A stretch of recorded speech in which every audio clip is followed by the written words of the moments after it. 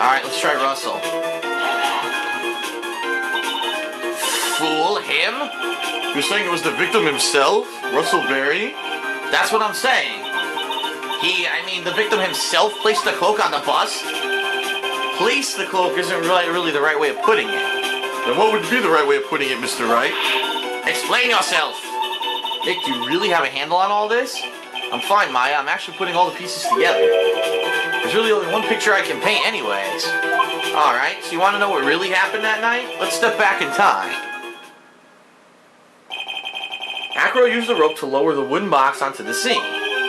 Then he attached that rope to the bust and dangled the bust out of his bedroom window directly above the wooden box. At the same time, the ringmaster told Max to wait in his room and went to the scene. Of course, at that time, the ringmaster was wearing Max's costume. Perhaps he didn't want anyone to recognize him that night. But just as he feared, he was spotted at the entrance of the lodging house by none other than a ventriloquist and his puppet, Ben and Trillo.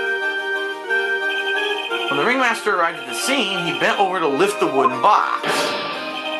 And that's when Acro took his chance and released the rope.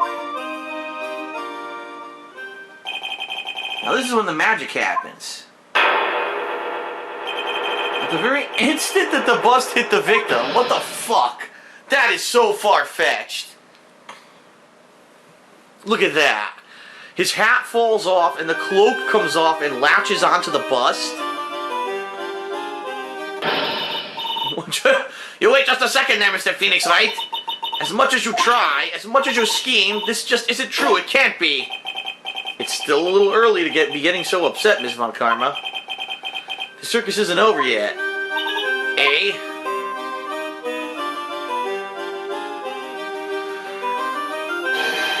With the shock of impact, it threw up the cloak and it got snagged onto the bust.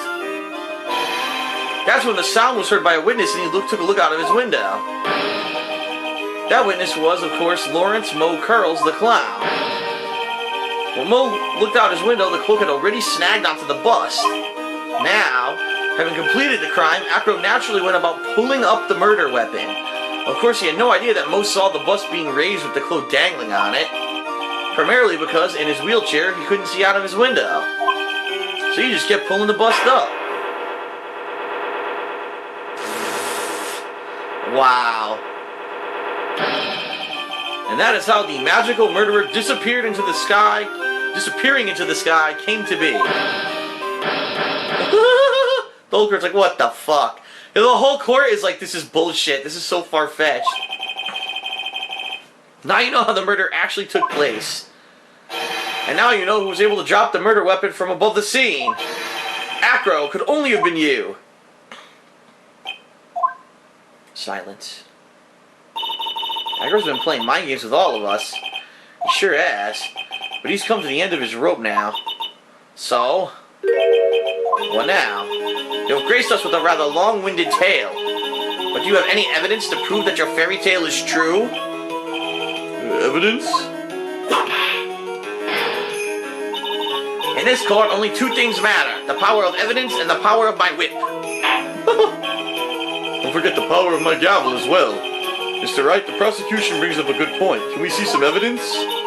Nick, they say they want evidence. I just explained how there can only be one possible murder method, but there's still something unusual about Mo's eyewitness in the account. Unusual?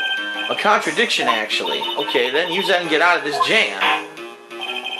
Instead of talking amongst yourselves, proceed, Mr. Wright.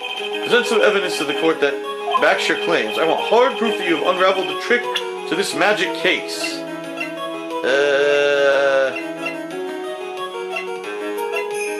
Fuck. The note. Maybe it's the note. Because that's the proof, see?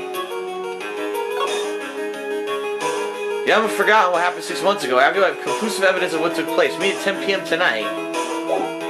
Let's try this. Well, the music stopped.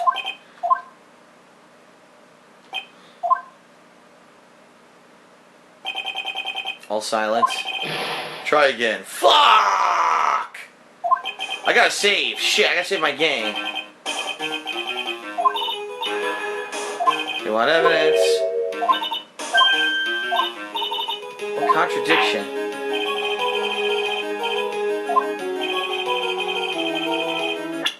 Save. Save, because I don't know what the fuck I'm supposed to present here. I have no clue.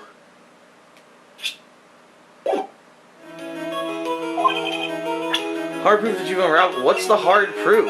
Fuck.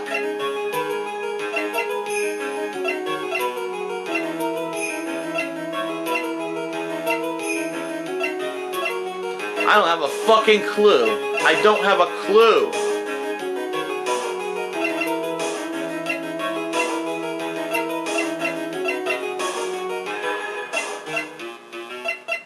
Let's try the crime photo. Nope. Fucking shit. I don't know what it is, man.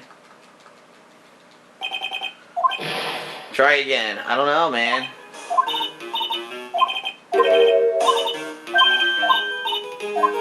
What am I supposed to present here? I have no fucking idea.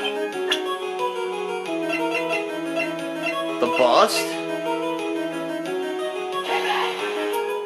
Nope.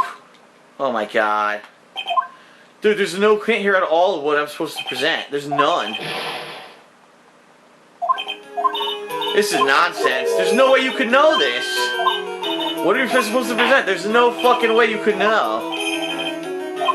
I'm glad you can save your game anywhere.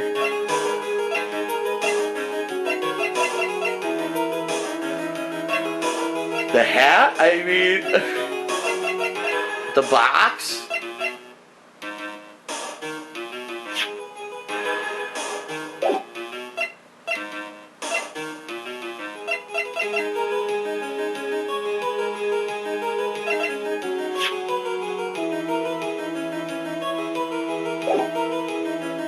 I don't have a fucking clue.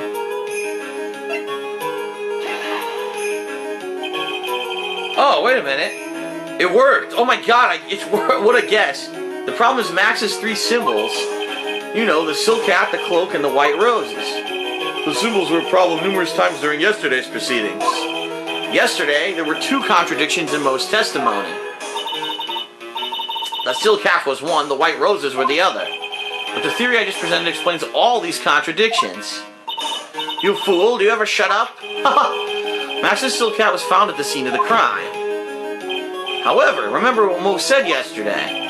He testified the criminal he saw fleeing the scene was wearing a silk hat. There's only one explanation for that. The silk hat that Mo saw was actually the bust. Rubble, he's got a point, Rubble. Makes sense. If you look at it that way, then he did see the silk hat. Well, sort of. Fine, you've got one, but what about the other contradiction? The other contradiction? Remember what the ventriloquist said in court.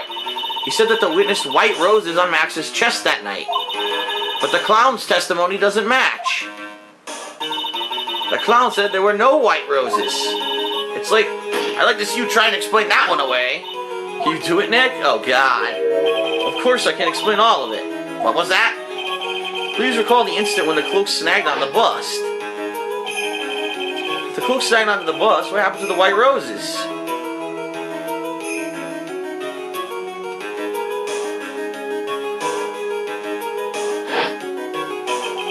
Do you get it yet?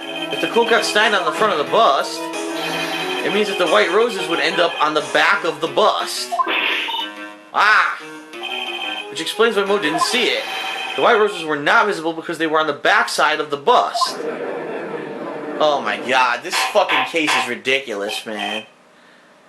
Order, this is so silly. This is quite the shocking state of affairs. Mr. Wright's theory still sounds a bit absurd to me. However, let's just keep going down this road for a while and see where it leads. Ho, ho, ho. Let's do this thing. Then maybe Montgomery will finally throw in the towel.